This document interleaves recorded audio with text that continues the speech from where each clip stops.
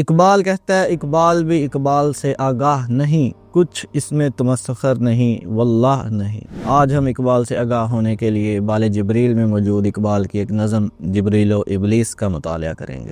اگر آپ کو دو آوازیں سنائی دیں، ایک آواز سیاست، جنگ، حکومت اور امامت کی ہو اور دوسری آواز امن، ذکر، تسبیحات اور عبادات کی ہو، تو آپ کس آواز کی پیروی کریں گے؟ آج کے مسلمان نے تو سیاست کو دین سے دور کیا۔ بلاول بھٹو زرداری نے ایک بار پھر واضح کیا ہے کہ پیپلز پارٹی سیاست میں مذہب کے استعمال کے خلاف ہے اور جنگ کی بجائے امن کو فروغ دینے کے لیے اپنا سارے کا سارا نظریہ قربان کیا۔ Immediate ceasefire, immediate ceasefire.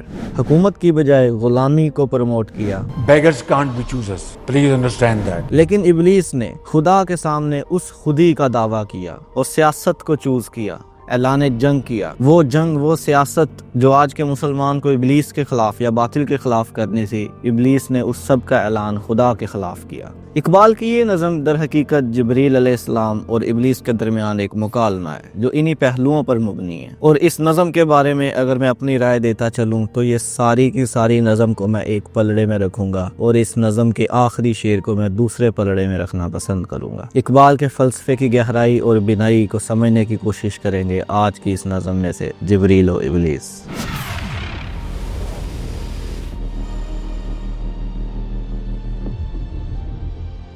جبریل علیہ السلام ابلیس سے پوچھتے ہیں کہ اے ہمدم درینہ کیسا ہے جہان رنگ و بو؟ ہمدم درینہ میرے پرانے ساتھی، چونکہ ابلیس فرشتوں کا سردار تھا، آسمان پر اسے عابد کہا جاتا تھا، تو انہیں پوچھتے ہیں کہ اے پرانے دوست، اے پرانے رقیب ساتھی، یہ جہان رنگ و بو، یہ جہان، یہ دنیا، یہ کیسی ہے؟ جیسے اقبال نے خود ہی اپنے ایک اور چیپٹر میں لکھا ہے نا، کھول آنکھ زمین دیکھ، فلک دیکھ، فضا دیکھ، مشرق سے ابھرتے ہوئے سورج کو ذرا دیکھ، تھی پیش کل تک تو فرشتوں کی ادائیں، آج آئینہ ایام میں اپنی ادا دیکھ۔ مرزا ہادی رسوا صاحب نے بھی یہ کہا، کھول تو آنکھ ذرا دیکھ، یہ تماشا کیا ہے؟ وہم ہے یا کہ حقیقت ہے؟ یہ دنیا کیا ہے؟ وہی جبریل علیہ السلام ابلیس سے پوچھتے ہیں، اے ہمدم درینہ کیسا ہے جہان رنگ و بو؟ اب ابلیس کا آگے سے جواب سنیے، سوز و ساز و درد و داغ جستجو آرزو۔ سوز و ساز کہتے ہیں رنج و راحت کو، یہاں رنج ہے، راحت ہے، درد و داغ، درد ہے، امتحان ہے، مشکلیں ہیں، آزمائشیں ہیں، داغ یہ گناہ گاروں کی دنیا ہے، یہاں سب پر دھبے ہیں، یہاں گناہ سے پاک کوئی بھی نہیں ہے۔ The world is full of evils۔ جستجو آرزو، تلاش، ہر کوئی کسی نہ کسی کھوج میں ہے، آرزو میں ہے، خواہشیں ہیں، امنگیں ہیں، کمپٹیشن ہے۔ وہ 3 ایڈیٹس میں وائرس نے کہا تھا نا، لائف از اے ریس، تو میں کہنا چاہوں گا کہ ابلیس یہی کہہ رہا ہے، life is a race. Iqbal کی فراست پر اگر غور کریں تو ان 6 الفاظ میں، ان 6 ایلیمنٹس میں، سوز، ساز، درد، داغ، جستجو اور آرزو، ان 6 ایلیمنٹس نے اقبال نے پوری کی پوری دنیا کا جو کنسیپٹ ہے، جو فلسفہ ہے، وہ پرو کر رکھ دیا ہے۔ کوئی شخص نہیں ہے جو ان 6 ایلیمنٹس میں سے کسی ایک سے بھی کم از کم واقف نہ ہو۔ پھر جبریل علیہ السلام ابلیس سے پوچھتے ہیں، ہر گھڑی افلاک پر رہتی ہے تیری گفتگو، کیا نہیں ممکن کہ تیرا چاک دامن ہو رفو؟ وہ کہتے ہیں کہ ہر وقت آسمان پر تیری گفتگو رہتی ہے، تیرا چرچا ہے۔ دیکھیں قرآن میں اللہ تعالیٰ نے کتنی دفعہ ابلیس کا ذکر کیا، تو یہی جبریل علیہ السلام کہہ رہے ہیں کہ تیری گفتگو، تیرا چرچا، تیرا ذکر افلاک پر، آسمانوں پر رہتا ہے۔ کیا یہ ممکن نہیں ہے کہ تیرا دامن، یہ جو دامن ہے، یہ جو چاک ہو چکا ہے، جو پھٹ چکا ہے، یہ ہو رفو، یعنی یہ دوبارہ سلائی ہو؟ یعنی وہ کہنا چاہ رہے ہیں کہ یہ ممکن نہیں ہے کہ تو دوبارہ توبہ کر لے؟ یعنی خدا کے ساتھ تو تیرا کوئی مقابلہ نہیں ہے، تو کیوں نہ تو خدا کی طرف رجوع کر لے اور اپنے گناہوں کی معافی مانگ لے، کیا پتہ وہ تجھے معاف کر۔ اب ابلیس آگے سے کہتا ہے، اے جبریل تو واقف نہیں اس راز سے۔ کیا راز؟ کون سا راز ہے جس سے جبریل واقف نہیں ہے؟ کر گیا سرمست مجھ کو ٹوٹ کر میرا سبو۔ سبو کہتے ہیں اس برتن کو، پیالے کو جس میں شراب پی جاتی ہے۔ سرمست کا مطلب نشے میں غرق۔ وہ کہتا ہے مجھ کو نشے میں غرق کر گیا میرا سبو ٹوٹ کر، چاہے میرا سبو تو ٹوٹ چکا ہے لیکن وہ مجھے دائمی سرمستی عطا کر گیا۔ یعنی انکار اور نافرمانی کی بنا پر میں چاہے مردود ہو گیا ہوں، لیکن اس کی بدولت مجھے اپنی خودی کا ایسا شدید احساس حاصل ہو گیا ہے کہ اب وہ قیامت تک زائل نہیں ہو سکتا۔ میں پھر وہی ذکر کروں گا کہ وہ خودی جو ہمیں ابلیس کے سامنے یا طاغوت کے سامنے اپنی دکھانی تھی کہ ہم اپنا سر نہیں جھکائیں گے کسی کے آگے سوائے اللہ کے،